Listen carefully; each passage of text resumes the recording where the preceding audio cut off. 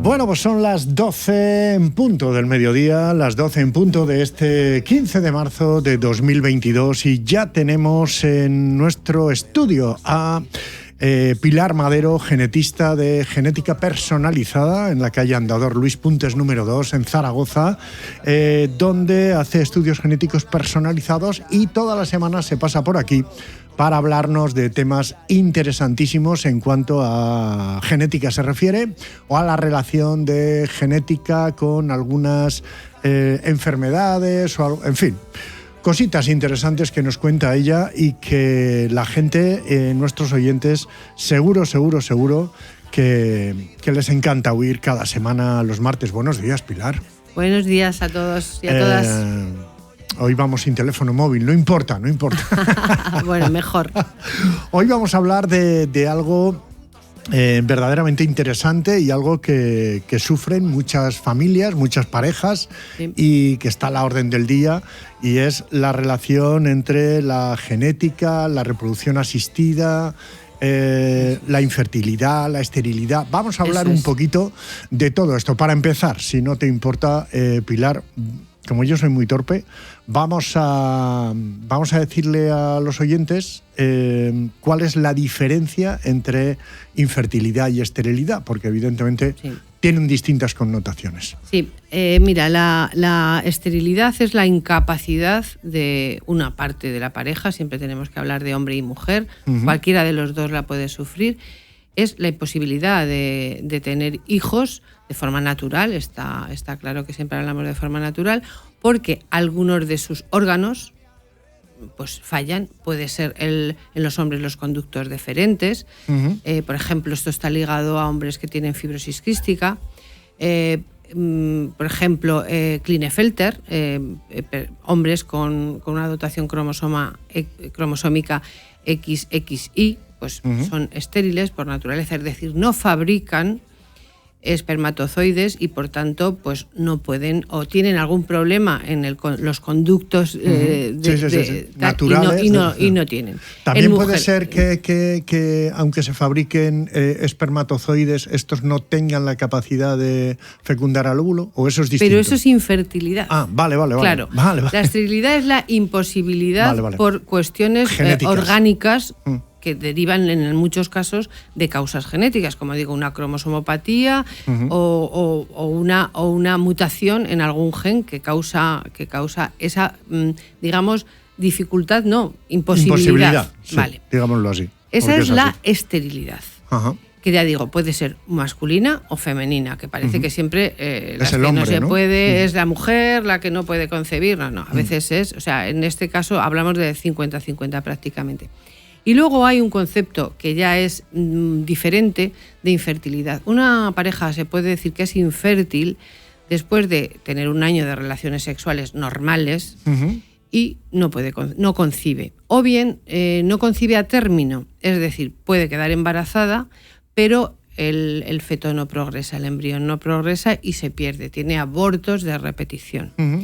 Eso se puede considerar infertilidad, es decir, tienen capacidad de concebir esa pareja, pero no llega a término. Esas son las diferencias fundamentales.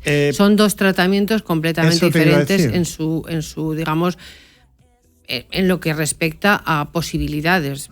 Sí. Hablamos, si te parece, pues un poco de los dos diferentes tratamientos que serían para la esterilidad y para la infertilidad. A ver, la esterilidad, pues ahora voy a englobar un poco. Bueno, importante decir que las personas que están en un problema de infertilidad deben acudir al andrólogo o al ginecólogo para que evalúe su caso, porque no todos los casos son iguales. Hay casos que son de factor masculino, hay casos que son de factor femenino, hay casos combinados y, sobre todo, hay casos que se llama infertilidad secundaria porque no se sabe qué pasa.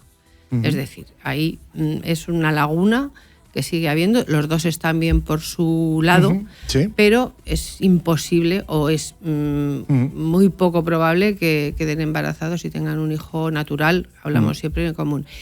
Y ahora, ¿cómo solventar estos problemas? Bueno, pues el caso de esterilidad, como todo el mundo puede comprender, es más grave en el sentido de que uno de los dos no puede tener hijos. Y ahí generalmente se recurre a donantes, a donación, si es tanto el de óvulo como de esperma, para que el otro, que sobre todo si es de parte de la mujer, es imposible. Es imposible que recurra a óvulo de esperma, claro, porque no puede concebir. No va a fecundar. No va a concebir.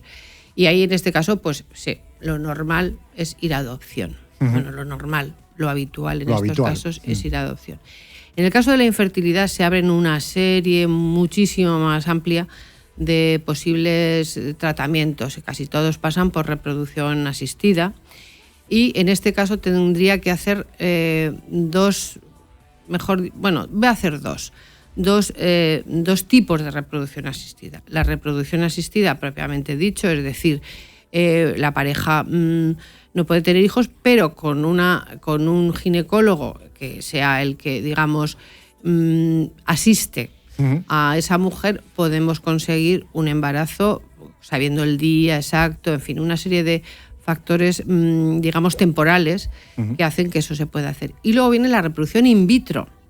Y la reproducción in vitro, pues seguro que todo el mundo sabe que se hace en clínicas donde el óvulo sale del cuerpo materno, no en la reproducción asistida, no, en la reproducción in vitro sale del cuerpo materno, es decir, lo tienen que extraer, evidentemente, en quirófano, y los espermatozoides, por otro lado, se juntan externamente, como su nombre indica, in vitro. Claro. Es decir, ahí se intenta conseguir un embrión con una evolución determinada en cada casi siempre son 4 días más o menos, y en el momento en el que ese embrión está, digamos, preparado, se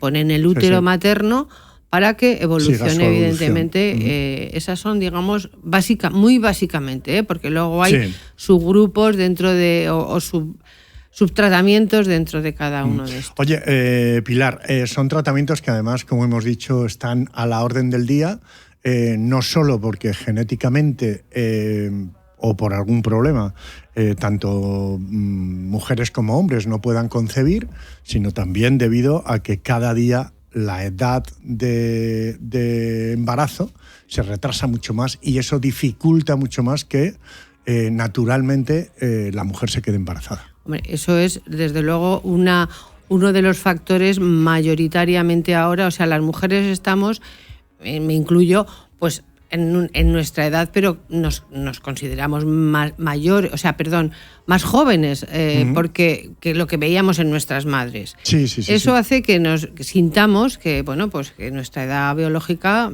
es menor de la que realmente es.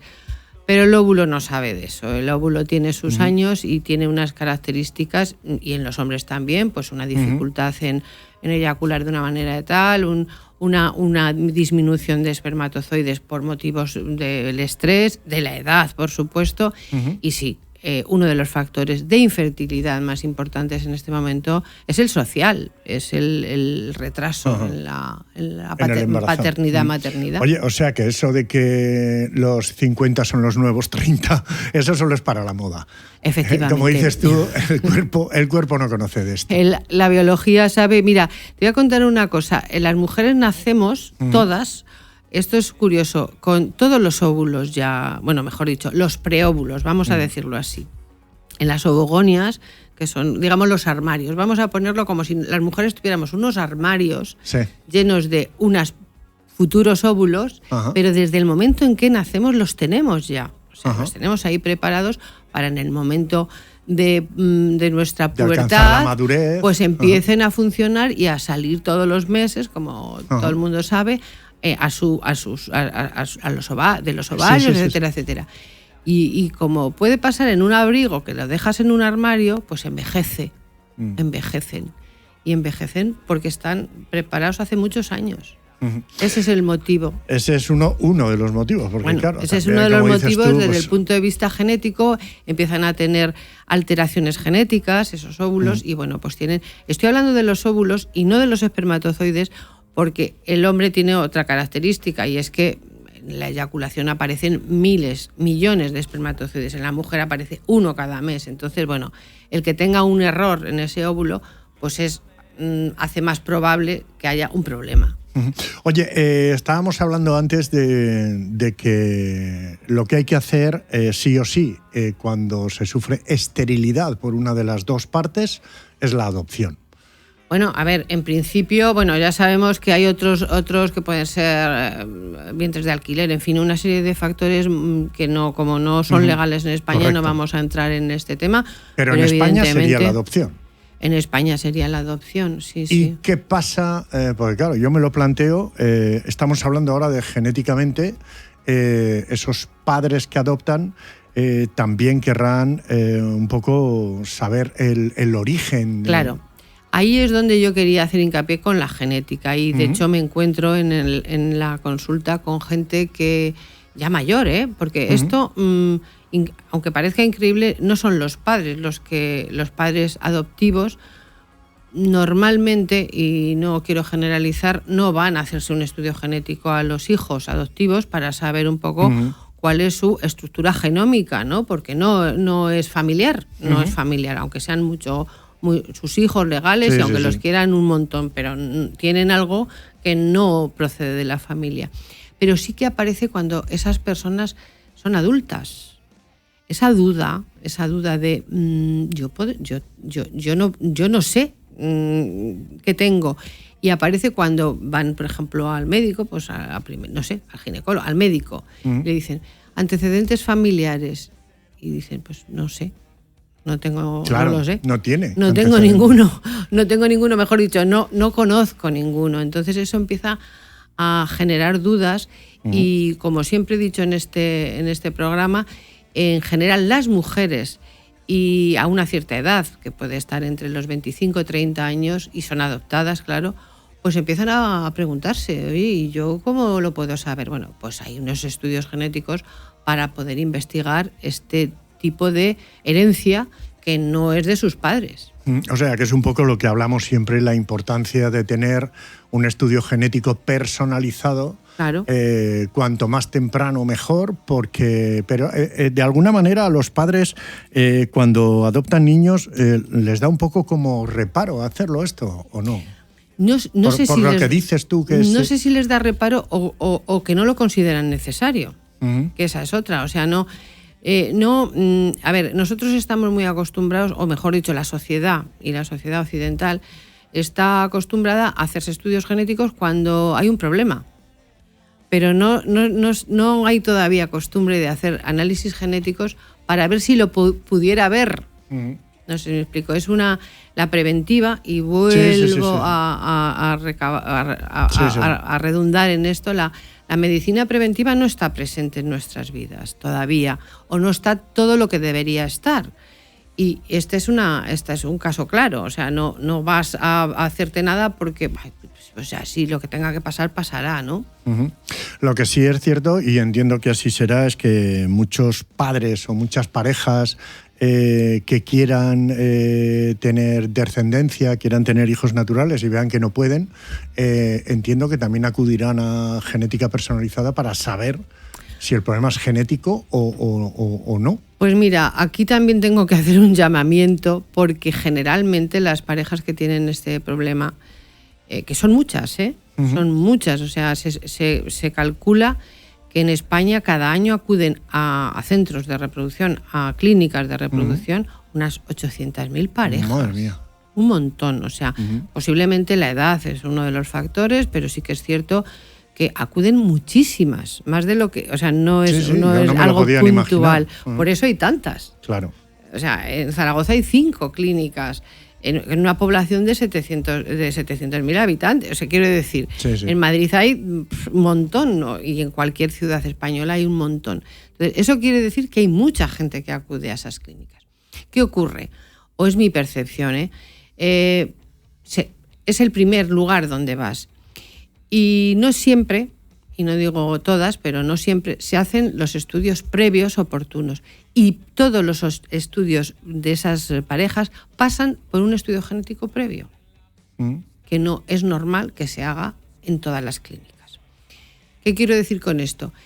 Yo aconsejo que las parejas que están en este problema, o porque para ellos es un problema y gordo, acudan a un genetista para recibir información. Yo no les voy a hacer ninguna inseminación, ni les voy a poner, ni les voy a fecundar en nada. Pero sí que les vas a decir cuál puede ser la causa de esa esterilidad. O podemos verlo, porque luego resulta que cuando vas a una clínica de reproducción, y ya digo, generalizo bastante, no a todas, no personalizan tanto como se debería. O sea, se aplica un protocolo que es mujer de 35, hombre de 38, pues vamos a ir ya a óvulo de donante.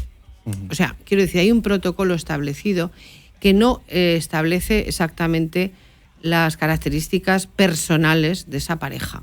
Entonces, una persona no es lo mismo que haya tenido varios abortos que una persona que no se ha quedado embarazada nunca. Es que una mujer, hablo de la mujer, aunque siempre que hablo de la mujer hablo de una concepción en pareja.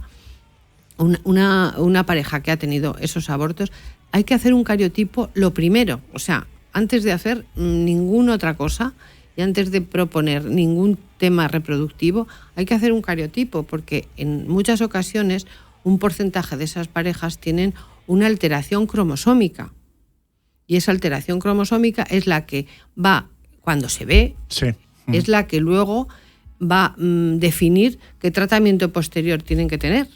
Si no sabes eso, estás errando todo el rato. Si no tienes la información para tratar, evidentemente estás errando. Entonces, eso a veces en muchas clínicas, no digo en todas, porque hay algunas lo cumplen muy bien, pues no lo hacen. Y yo me he encontrado con casos, por ejemplo, siempre cuento alguna anécdota, ¿no?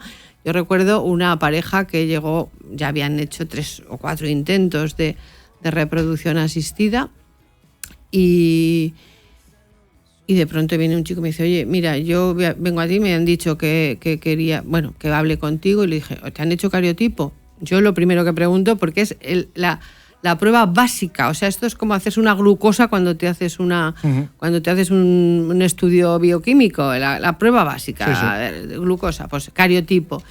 Y me dice, no me han hecho, pero es que hoy no conseguimos.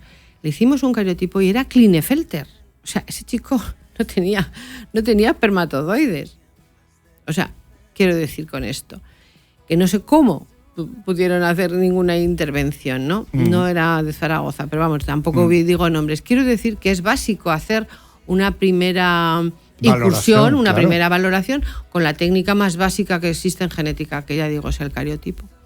Oye, Pilar, una pregunta que a lo mejor estoy diciendo una estupidez, un padre y una madre que puedan tener un hijo natural, normal y corriente, o sea, quiero decir, sin ningún tipo de problemas, los padres pueden hacer estéril. ¿El niño? Sí. Sí. O sea, ¿no tiene nada que ver? No. Evidentemente hereditario no es porque no puede tener descendencia si uno de los dos fuese estéril, pero... Sí, mira, por ejemplo, los niños Down son estériles, por ejemplo.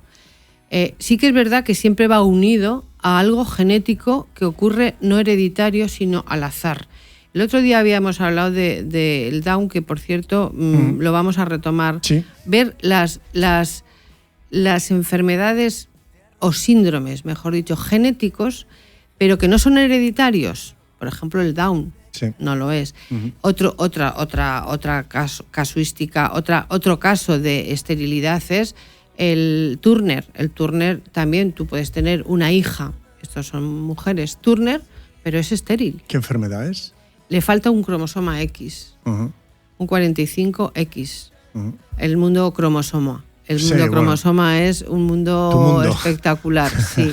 Entonces, quiero decir, tú puedes tener, siendo padres sanos, sin ningún problema, y además ahí no tiene tanto que ver la edad, puedes tener una hija con un síndrome de Turner, que aparentemente no le pasa nada. Bueno, eso habría que luego ver la evolución cognitiva y todo eso, pero va a ser estéril, seguro. O sea, y sin tener estos, sin ser Down o sin ser Turner, ¿pueden hacer una persona estéril de unos padres normales o es más difícil? Es más difícil. Tiene que haber un componente, digamos, genético. Puede no ser hereditario, como estamos diciendo, pero sí que hay algún componente genético. También puede ocurrir que haya una malformación morfológica. quiero decir, imagínate que una niña o un chico, pues en su proceso, digamos, de embrionario, pues tiene una malformación que puede ser en el aparato reproductor. Pero suele ser ya por problemas que sí, también puede ser morfológico, una alteración morfológica, claro. Pues me ha parecido súper interesante lo que nos has contado, Pilar. ¿Se nos ha quedado alguna cosita en el tintero que quieras? Madre muchas. Mía. Hombre, pues tantas no, ¿eh? Oye, y se puede, una pregunta, ¿se puede evitar o sea, quiero decir, si tú puedes saber genéticamente que tu niño va a nacer estéril o no? ¿O no se puede saber? No. A ver, estamos hablando de los prenatales, porque tú me estás diciendo si tu niño podría nacer. Estamos hablando en un entorno, en un feto. En un feto ahora mismo se están haciendo una serie de valoraciones que no están mirando eso, para que me entiendas. Protocolariamente no se mira eso porque se supone un problema futuro de esa persona que nacerá. O sea, es lo que hablamos, no hay preventiva. Pero bueno, en este caso realmente tampoco es necesario. El que sea sano no quiere decir... O sea, la esterilidad no es una enfermedad, entre comillas. Aunque luego lo sea y sea un problema de esa persona futuro enorme, pero en ese momento no causa una enfermedad en el bebé que va a nacer. En el niño o en la niña. Pues Pilar Madero, de Genética Personalizada, ya saben ustedes, en el Andador Luis Puntes. Se van por ahí por Tenrofleta, giran a mano derecha y ahí Miraflores. En el Parque Miraflores, ahí en el Andador Luis Puntes, y si no, la llaman al 638-916018. Eso es. Y se pasen ustedes. Si tienen cualquier duda sobre este tema de genética, reproducción asistida, esterilidad, infertilidad, pasen allí que les informará y sobre todo les informará bien y les recomendará cuáles son los pasos a seguir para que este problema se pueda solucionar o no. Efectivamente, aquí estamos para dar soluciones, no para poner problemas. Pues sí, querida Pilar, un placer como cada martes tenerte por aquí. Muchas gracias y te esperamos prontito, el martes que viene. Muy bien, aquí estaré. Chao. Chao, adiós, buenos días.